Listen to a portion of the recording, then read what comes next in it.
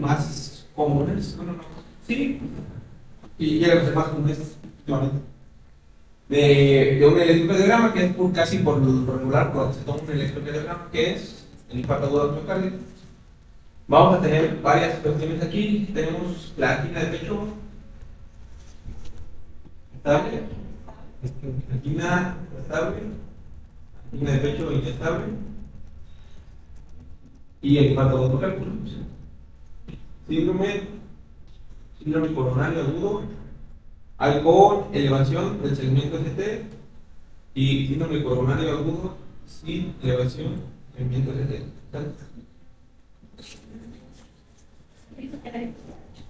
ST es de la elevación del electrocardiograma. Sí, síndrome coronario agudo sin elevación del segmento ST. Gracias. Síndrome coronario. Con elevación.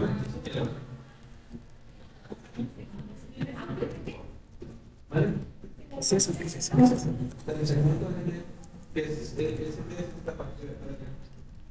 Entonces tenemos la P, P, U, R, S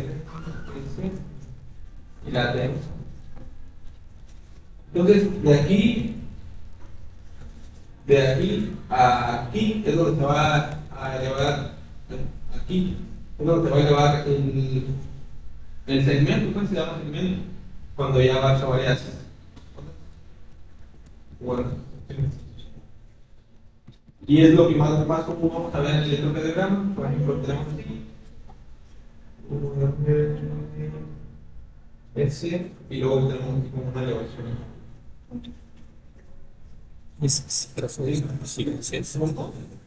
Entonces, la angina de pecho estable, estas dos van a ser siempre menos de 20 minutos de duración. Regularmente. O sea, no tiene que llegar hasta los 20. 20 minutos, o no sé, te puede decir, me duró 5 minutos el dolor y después se me quitó, ya ahorita me duele, pero ya no tanto como hace rato. ¿Sí?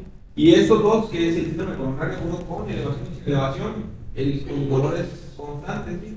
O sea, no se atenúa con casi nada. Y esta, por ejemplo, la estable, que dijimos que era cuando el paciente estaba haciendo alguna actividad eléctrica, por ejemplo. Y esta, cuando el paciente estaba en reposo, pero que el dolor se retiraba. Por ejemplo, ahorita estuvieran aquí en 3 estados y de repente me dicen, ¿me duele el corazón? Y empiezan así, a respirar más profundo y a tranquilizar todo ese rollo, y se les quita, sería una angina de pecho inestable, porque no están haciendo esfuerzo. Pero, por ejemplo, si ahorita me dice alguien, voy al baño y regresan del baño y vienen corriendo, llegan aquí, se sientan y dicen, ¿cómo que me duele? Es una angina de pecho estable, porque es un esfuerzo, debido a que se el dolor. Pero si llegan después del esfuerzo o sin el esfuerzo y no se les quita el dolor con nada, posiblemente la causa es que ya sea un infarto de todo el miocardio. ¿Sí? Y entonces, ¿qué tienen que hacer cuando llega un paciente con ustedes que le empezó a doler el pecho? La hormona.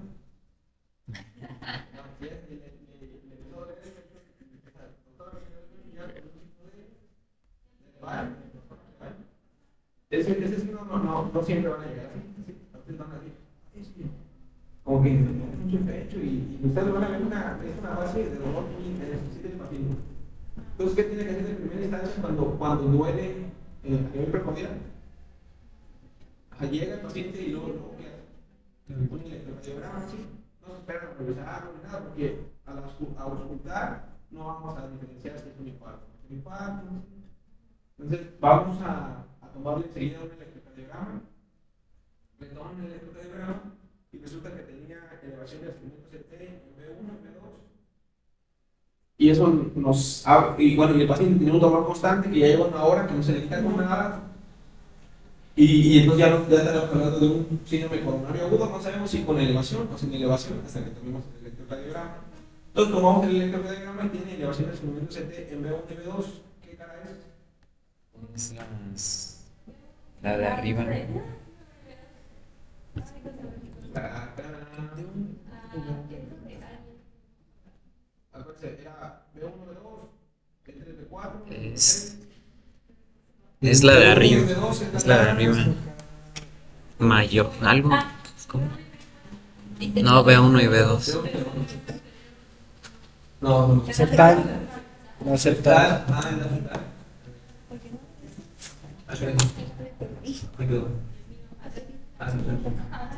B1 y B2, bueno, aquí lo tengo como aceptar, pero la aceptar es contar. B1 y B2. ¿Sale? Entonces se está informando esa parte del corazón de ese paciente.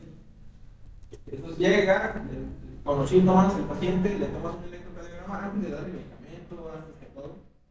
Hay que tomarle un electrocardiograma. ¿Sale? Le tomas un electrocardiograma, vimos que tenía elevación del rendimiento ST en la altura del B1 y B2, tenía en ese momento está un infarto acá, central del paciente.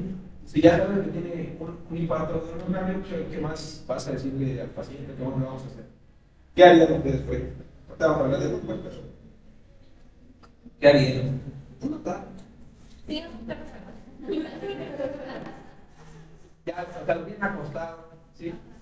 No tan solos, hay como 4 enfermeras ayudándoles, hay el laboratorio. Sí, regularmente es lo que si llega con un dolor precordial, hay que pasarlo directo a sala de choque y ahí le tomas el electrocardiograma. Ya lo pasas a sala de choque, le tomas el electrocardiograma, viste que está levantando en la cara septal, lleva 1 hora con el dolor. Sí, lo canalizamos y al momento de canalizar le vamos a hacer la enfermera. Hay que monitorear, todo ese rollo. Pues hay que tomar laboratorios. Sí, en los laboratorios, con qué intención, pues vamos a tomar enzimas cardíacas, pero vamos a valorar qué es una diferencia que vamos a pedir. No todas van a representar, no todas van a vivir de primera instancia. Aquí te sugiero. Esta nos va a indicar más o menos a los a cuánto tiempo podemos observar positividad en estas porque aquí ya viene más tenemos la hemoglobina y las CPK y hay una fracción MB y las troponinas que es la más específica para infarto de miocardio. Tenemos troponina I, que no en todos los hospitales la tienen, pero si la tienen hay que pedirla dependiendo de cuánto sea el tipo de evolución. Si te fijas, las troponinas, el pico máximo casi es a las 48 horas. A partir de las 2 horas se empieza a incrementar, pero no hay un incremento muy marcado. Las TPK de las 4 a las 8 horas, eso nos puede hablar ya de que hay un daño isquémico cardíaco, y lo miramos en esta tablita. Por ejemplo, la primera que se va a elevar es la mioglobina.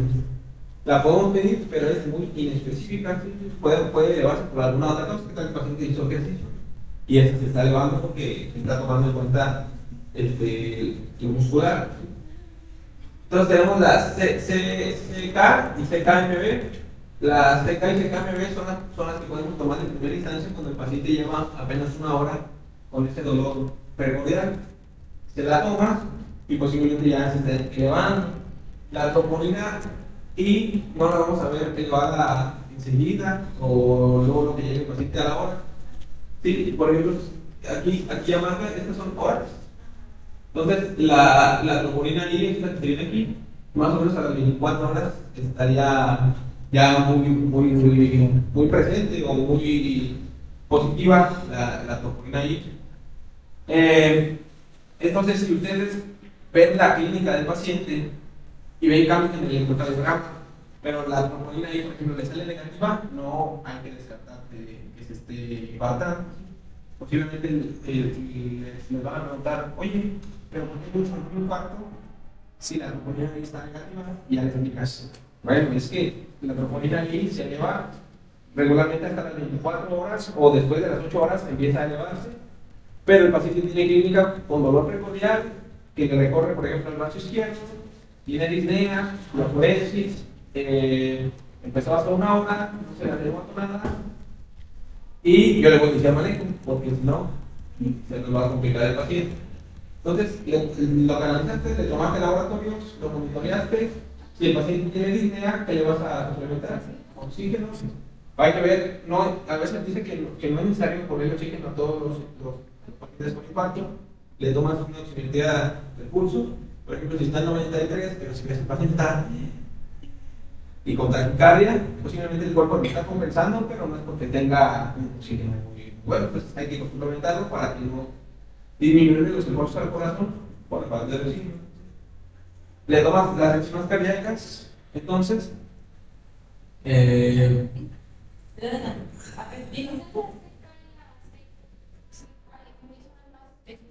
no, la más específica de la troponina y adaptar. Lo que vamos a hacer de primera instancia, si llega una hora, y tomas CK y CKMB, le tomas esas, posiblemente ya sean elevadas, le dices al paciente con la clínica, con el electrocardiograma, con CK, por ejemplo, elevada, dices, está acusando con un infarto. ¿Sí? Entonces, si ya está acusando con un infarto, le vamos a iniciar un magnético y ya posteriormente, entonces, ya le vamos a tomar una troponina ahí, que posiblemente ya esté ahora elevada, pero ya no tiene control, pero ya desaparece el paciente. Y entonces, ¿qué? Hay diferentes tratamientos. Hay un tratamiento inicial que hablábamos la vez pasada. Entonces, le dices al paciente que se recueste, que no haga esfuerzos, le pones, lo canalizas, cualquier solución, Carman o salina. Hay que ver que sea 7B, pues es hipertenso. Si una emergencia hipertensiva no está causando el infarto de miocardio, le tomas la presión. Si sale bien, no puede ser la causa, pero si sale elevada, la causa y hay que tratar la presión arterial para disminuir esta isquemia, ¿vale? Y entonces la isquemia, ¿por qué es causa? Por un trombo, regularmente. Entonces tenemos aquí la arterial y regularmente está llena de la arteria de grasa, que le llamamos placa de Ateroma. Entonces está la placa de ateroma y en fin. Y entonces hay disminución de la luz del vaso, de la arteria coronaria. ¿Sí? Y esa disminución, esa montañita que se forma en la luz de la arteria, ¿qué va a causar? Una disminución del flujo sanguíneo, una función. Y entonces, por ejemplo, una isquemia. Aquí todavía pasa sangre, ¿no? Porque los circuitos son muy pequeños y no se alcanza a pasar el flujo sanguíneo. Y aquí podemos hablar de la angina de pecho estable e inestable. La angina de pecho inestable, por ejemplo, puede ser una placa de ateroma está como inestable, que por ejemplo está aquí así. Así, por ejemplo, queda con una mediación así. Y entonces el flujo, y de repente ese flujo como que empuja esa placa de ateroma y la empuja un poquito para la luz del vaso, y entonces tapa, ¿sí? Tapa y empieza entonces le empieza a doler un buen el corazón porque el dolor viene precedido de la isquemia, de la falta de oxígeno al tejido cardíaco. Y es inestable porque esta placa de ateroma, porque de repente, no sé, se volvió a pegar para arriba, volvió a abrir el flujo sanguíneo y se le quita el dolor. Y la angina de pecho estable, podemos tener esta placa de ateroma, por ejemplo aquí, y al momento de hacer un esfuerzo, regularmente, si tú haces un esfuerzo, corre algo que se libera en el cuerpo. Si, por ejemplo, venías a la escuela y de repente te salió un perro en un portón, te asustas, ¿no? Y corres, ¿y qué te prepara para la vida? La adrenalina se libera. ¿Qué hacen estas dos sustancias? Hacen vasoconstricción. Vasoconstricción, además para pero esa vasoconstricción se va a ver pues, en las arterias coronarias. Y entonces, si tenemos un algo así y la arteria se hace más pequeñita, o sea que ya tiene por aquí, pues se termina de tapar, ¿sí? Se termina de tapar ese flujo, y es por eso que es precedida después de un esfuerzo. Angina estable, angina de esfuerzo. ¿Sale? La E de esfuerzo. Entonces se cierra la arteria y empieza el dolor, pero después el paciente deja de hacer el esfuerzo, o ya pasó donde está el enfermo. Ya se calma un poquito el paciente y otra vez se vasodilata y vuelve a pasar el flujo. Y ya, no pasó nada. ¿Sí? Y es por eso que las anginas de pecho inestables y estables se investigan con una prueba de esfuerzo. La prueba de esfuerzo es un electrocardiograma que se le pone al paciente mientras está en una banda corriente. Está el paciente corriente en una banda y estos son algunas pruebas que, por ejemplo, le hacen a deportistas de alto nivel. El rendimiento, bolismo y todo eso cuando van a hacer apenas temporadas de trabajo. Entonces, en el esfuerzo, empiezan el paciente a correr o a caminar, a trotar. Entonces, después de eso, pues, se dieron otra vez la arteria por el esfuerzo. Ya paran la prueba, se alcanza a ver en el electrocardiograma que se está infartando, porque se cerró la arteria en ese momento, y entonces ya compruebas que tiene una angina de pecho estable. ¿Vale? Y en el síndrome coronario agudo con elevación y sin elevación, pues iba a haber ya un trombo. Tenemos una placa de atenoma, que sí ya tiene paciente, por ejemplo, y esa placa de atenoma va a crear un flujo turbulento, ¿sí? Ya no va a tener un flujo laminar, que va a llevar una sola dirección, ¿sí? Sino que al momento de pasar por aquí, esto va a hacer que la sangre empiece a correr así turbulento. Y todo flujo que sea turbulento va a dar más parte a que se agreguen las plaquetas. Va a haber agregación plaquetaria y esa agregación plaquetaria empieza a juntar, y empieza a ser un coágulo, ¿sí? ¿Sí? Esa coagulación va a terminar por tapar la luz del vaso sanguíneo, de la arteria coronaria, y nos va a causar el infarto del miocardio, ¿sí? Entonces, ya vimos que la angina de pecho estable e inestable son con placas de ateroma. La inestable es una placa de ateroma que está ahí como Gabriel cerrando. Y la estable, porque hiciste un esfuerzo, se disminuyó la luz del vaso sin formación de coágulos. Ya cuando se forma el coágulo, se instala, tiene una placa de ateroma, entonces ya estamos hablando de un infarto agudo del miocardio. Cuando se infarta la totalidad del miocardio, es una elevación del ST. Si no se infarta la totalidad del miocardio, que se haga nada más una parte del miocardio, va a ser sin elevación del ST. Regularmente se presentan así.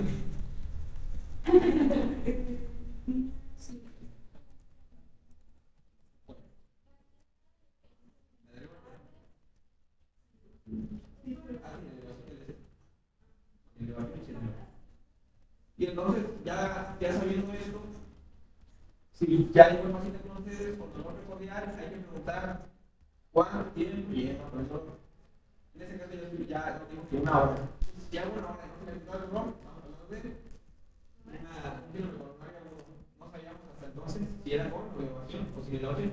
Tenemos que dar con que tiene un infarto septal. Septal nada más, porque no queda bien vibrados. Tenemos un infarto septal. Lo canalizamos, lo monitorizamos y iniciamos tratamiento en lo que le reportan los laboratorios. A ver si no, pero por clínica ya nos está dando todo para un infarto. Entonces, si dijimos que es una agregación plaquetaria, una placa de ateroma, pues vamos a darle tratamiento para esto. Vamos a desagregar esas plaquetas y es de los tratamientos que vamos a dar. Entonces, el tratamiento inicial para un infarto del miocardio es uno, es ácido acetil salicílico, que es un antiagregante plaquetario. La presentación de esta viene de 100 y de 500, pero vamos a utilizar nosotros de primera instancia 300 miligramos de aspirina. ¿Sale? Entonces, hay que preguntar si no es alérgico el paciente, porque no le puedes dar cosas a las que sea alérgico. La otra es el clopidogrel. 300. Vienen en presentación de 75 miligramos o de 300 también, pero regularmente si estás en un hospital privado, pide la de 75 porque la va a usar después, ¿sí? Para que no gaste de más el paciente. Entonces, 75 por 4, 300. Entonces, también la dosis inicial del clopidogrel son 300 miligramos. Esta la puedes repetir por 2, pero regularmente se le va a hacer muy exagerado, van a llegar a primera de 100 y le van a decir, tómese 3 de esta y tómese 4 de esta y ¿por qué tantas? Ya,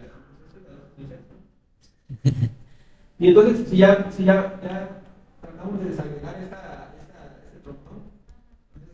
con antecedentes plaquetarios. O no tanto de deshacer el trombo que hace no, sino evitar que se sigan agregando más plaquetas, se pone un trombo más grande y luego te vas a toda la bacteria, ¿no? Entonces, nada más como tratar de limitar la agregación plaquetaria, no tanto de destruir el trombo. Ahorita vamos a hablar de destruir el trombo. Y entonces, si son placas de ateroma, hay que darle también tratamiento para esa hiperglicemia, hiperglicemia que están tocando. Las estatinas es la Atorvastatina. Atorvastatina, que viene en presentación de 20, 40 y 80. Pídase la de 40 porque es el tratamiento que se deja después. Y la dosis inicial es 80 miligramos. Dosis inicial. Son esas. Entonces llega el paciente con toda la sintomatología y luego le vas a decir a quien esté ayudando a recetar su cuerpo 300 miligramos de aspirina, 300 miligramos de clopidogrel y 80 de esta sí se usa como receta de cositas. Esa no hay siguiente, no. A menos que sea alérgico el paciente, pero si es alérgico o no sabes si es alérgico o no, hazlo. Porque además es el beneficio que el daño le va a correr. Si no te lo da, te vas a sumar. Si le pones esto, le pones una hidrocortisona y evitas que le haga el. Entonces, ya tenés estas tres. Y para hacer que haga una vasodilatación, vamos a utilizar pues, un vasodilatador que en Amona lo marca como los nitratos. Y el nitrato, hablábamos que es el bisnitrato. De isorosor. Nitrato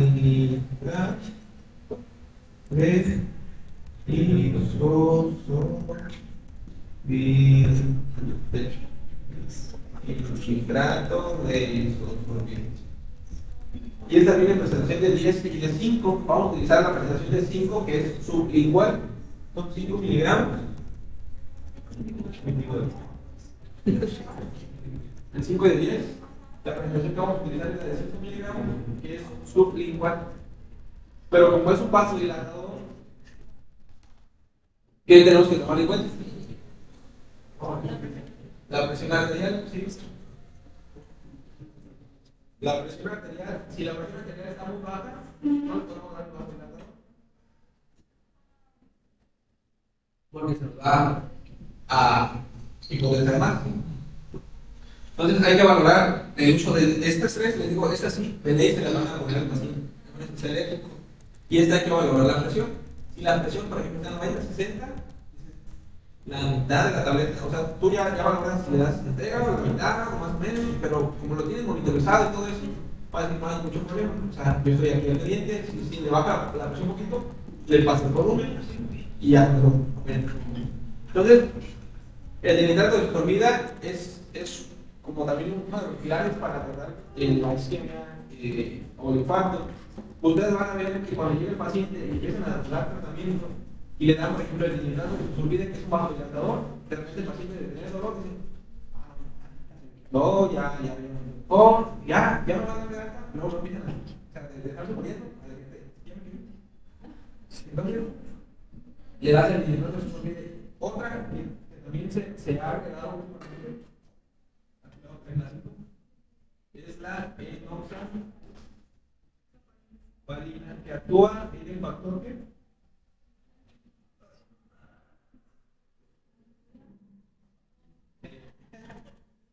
el factor 10 de la coagulación.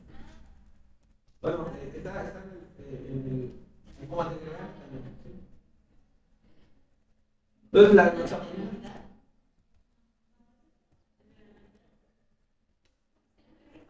No, pero ese es otro. Christmas. No me acuerdo cómo se pronuncia. Entonces, enoxaparina, esta es subcutánea o intravenosa, subcutánea o IV, y esta viene en presentación de 20, 60, 40, 60 y 80, 120. Pero la dosis que vamos a iniciar para el paciente con infarto es 60 miligramos. ¿Vale? Entonces le vamos a dar 300 de aspirina, 300 de corticoide, 80 de vaselina, valoramos la presión, si le damos y se olvide, sublingual de 5 miligramos, le van a colocar por la lengua y el paciente tiene que buscar dormir. La hemosaparina, pues si la tienes, se la pones, si no la tienes, no hay problema, porque ya dices estos dos.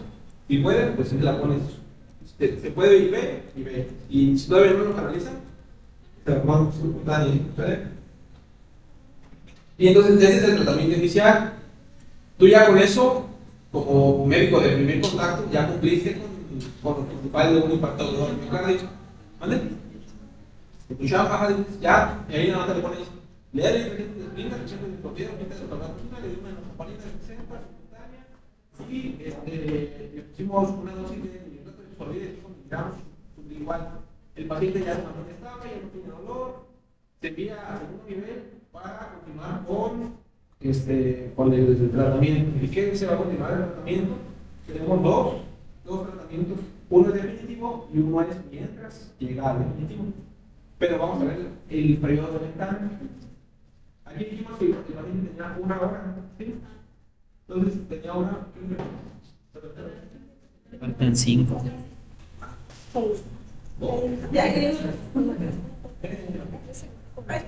Entonces, tenía una hora el paciente y en lo que le hacemos todo el rollo, ya pasó una hora 40 minutos, ¿sí?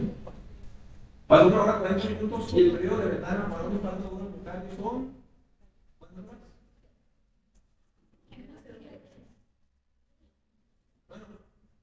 Bueno, cuando tú veas una plática de cambio, de infarto, te van a decir que el músculo es tiempo, ¿sí? Y en este caso el músculo cardíaco. Entre más tiempo pase, menos músculo cardíaco vas a salvar, ¿sí? Y entre menos músculo cardíaco saltes, es un tejido o una parte del corazón que fallece, se mueve, ¿sí? Y entonces, si hay una parte muerta del corazón, ¿qué va a pasar? No se va a mover. Y esa se va a llamar asinesia, ¿sí? Asinesia. A es sin, sinesia es movimiento, ¿sí? Entonces, sin movimiento, asinesia. Y entonces, si esa parte se impara, se queda con asinesia, no va a haber una contracción adecuada del corazón. El corazón es un todo, entonces ya no va a haber un todo, va a haber unos cuantos nada más. Entonces, jalan todos estos, pero este no está jalando, como el gobierno que uno sin trabajo y así. Entonces, esto está jalando estos dos y esa parte de contracción va a causar una insuficiencia cardíaca. Y esa insuficiencia cardíaca, por falta de movimiento cardíaco, puede llegar a estancar un poquito de la sangre, ¿sí? Y esa sangre que se estanca o la sangre que no se mueve, se coagula, y esos coágulos pueden ser que ya va a contra la larga. Entonces, estos pacientes llegan a quedar con daño crónico que necesitan ya tener anticoagulantes ya de por vida para evitar que un trombo se vaya a nivel cerebral, abdominal, pulmonar y todo eso. Y entonces, por eso el músculo es tiempo. Ajá, si tú lo más rápido que puedas lo haces, pues no como que todavía de tratar de mandar oxígeno a esa parte, está impactando en este caso dijimos que era la septal. Y esa parte septal está vulnerable en este momento, tú ya le diste tratamiento, le diste vasodilatador, posiblemente le está pasando un poquito de sangre hacia ese músculo cardíaco. Entonces ya le está salvando la vida a ese músculo cardíaco y al paciente sobre todo. Entonces se dice que es menos de 4.5 horas el periodo adecuado, ideal de ventana, ¿sí? Para llegar a hacer una angioplastia coronaria. ¿Cuál es la angioplastia coronaria? Es el cateterismo que le llaman, ¿sí? Y ese es el tratamiento definitivo. ¿Cuál es el gold estándar o el tratamiento para el infarto de miocardio? Cardio. Exoplastia coronaria.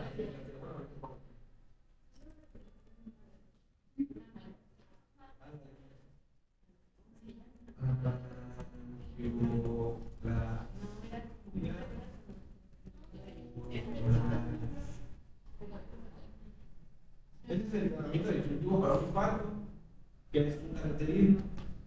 Para la otra no tengo un cateterismo. Entonces, es cuando ya meten al paciente a la hemodinamia y hacen el tratamiento. Pero bueno, hasta aquí nos vamos a quedar. Mañana hablamos del tratamiento con angioplastia, en todos los materiales. Y hablamos del otro que es la angiogénesis, que es el tratamiento mientras es la angioplastia.